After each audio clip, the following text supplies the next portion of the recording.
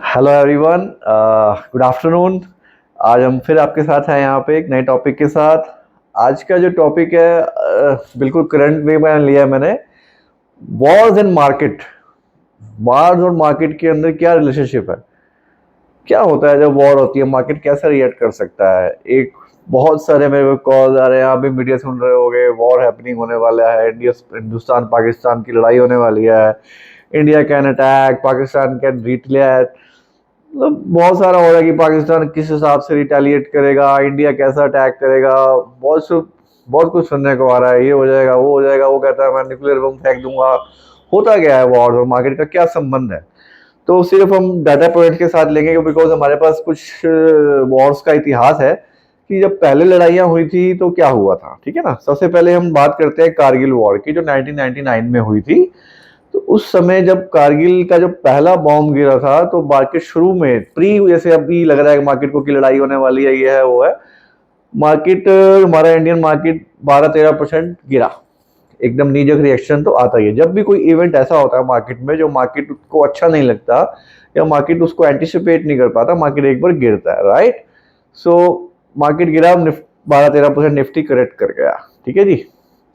उसके बाद आप देखिए जब ड्यूरिंग वॉर क्या हुआ, मार्केट 35 से 40% बढ़ गया जब तक वॉर चलती रही। जब वॉर रुक गई मार्केट स्टेबलाइज हुआ, फिर नया रुक लिया।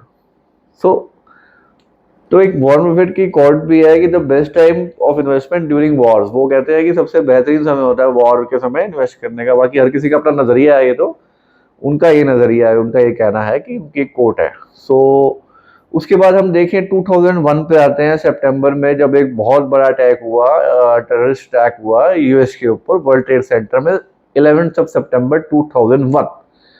After second world war US का मार्केट क्लोज करना पड़ा 7 डेज के लिए कि इतना बड़ा अटैक उनकी कंट्री पे हुआ। They close their market for 7 days and market was open on 18 सितंबर 2001। और उस दिन बाजार 12 से 13% गिरा, 7% गिरा, सॉरी। फिर अगले एक महीने के अंदर 12-13-14% गिर गया।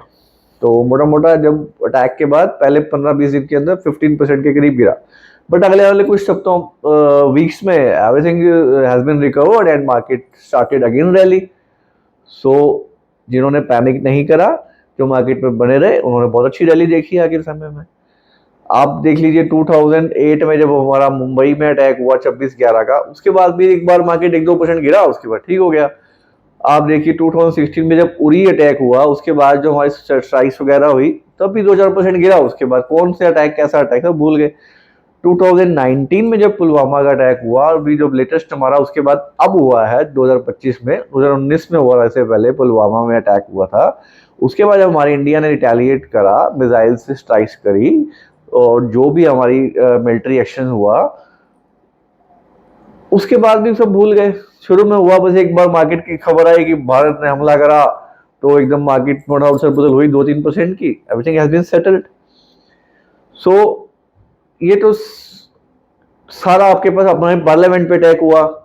उसके बाद भी क्या हुआ, कुछ नहीं हुआ। शुरू में हुआ, अब जिन्होंने पैनिक में से अपना सामान बेचा, तो उनके हाथ आने वाले टाइम में सिर्फ काश हम ना बेचते, काश हम ना डरते। तो हमें ये फेयर मॉन्गरिंग नहीं करना चाहिए, हमारे अपने गोल्स की तरफ फोकस रखना चाहिए। We should always stick about our long term goals. ये तो चलता रहेगा। अगर हम मार्केट में आए हैं तो कभी कुछ होगा, तो कभी कुछ होगा, तो फिर आपके हाथ कुछ नहीं रहेगा, आप लेते बेचते रहेंगे और in the end you zero, कुछ नहीं होगा।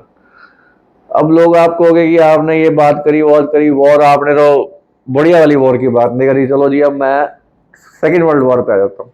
उससे बड़ी तो कोई वॉर नहीं हुई अब तक। Second world war was started in 1939। वो चली 1945 तक, 1939 से लेकर 1944 एंड तक या 45 तक चली। अब जी उससे बड़ा तो कुछ नहीं हुआ।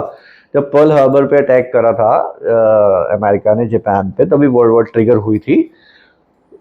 1939 में गिरी 2-3%, 40 में गिरी 10%, 41 में गिरी 13%। 3 साल का कंसोलिडेशन रहा और इवन नेगेटिव रहा, मतलब 20 से 25% बाजार गिरा 3 सालों में, आराम आराम से गिरा। उस समय पेशेंस वाज टेस्टेड। बट जो बने रहे उन 3 सालों में, 1942 से रैली स्टार्ट हुई, 1945 तक अप्रॉक्सीमेटली 100% बढ़ा बाजार वहां से। और हम 1939 से 1945 का पूरा लें तो 50% का नेट नेट गेन आया ड्यूरिंग वर्ल्ड वॉर। अब बताइए, अब वर्ल्ड वॉर तक मार्केट डिस्काउंट कर लेता है। मार्केट का संबंध सिर्फ और सिर्फ एक चीज से है, बिजनेस से, इकोनॉमिक पॉलिसी से और अर्निंग से। अगर इकोनॉमिक पॉलिसीज अच्छी हैं, जीडीपी अच्छी है, हमारी कंट्री की ग्रोथ अच्छी है, तो मार्केट को कोई लेना देना नहीं है। उसने कोविड जैसे इतने बड़ी महामारी को भी डाइजेस्ट कर लिया। सो आप लोगों को ये सीख लेना चाहिए प्रीवियस इवेंट से कि you should not panic at all. छोड़ दो न्यूज सुनना, ये हो रहा है वो रहा, जोड़ा हो जाएगा, 1-2 महीने में सब सेटल हो जाएगा। घूमाओ कहीं जाके, अच्छा अपना छुट्टियां बता, कुछ नहीं होगा।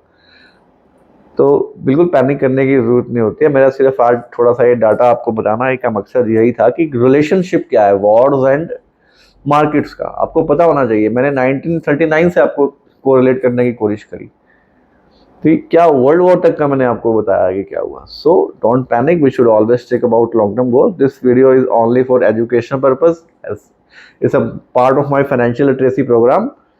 सो thank you very much, bye bye.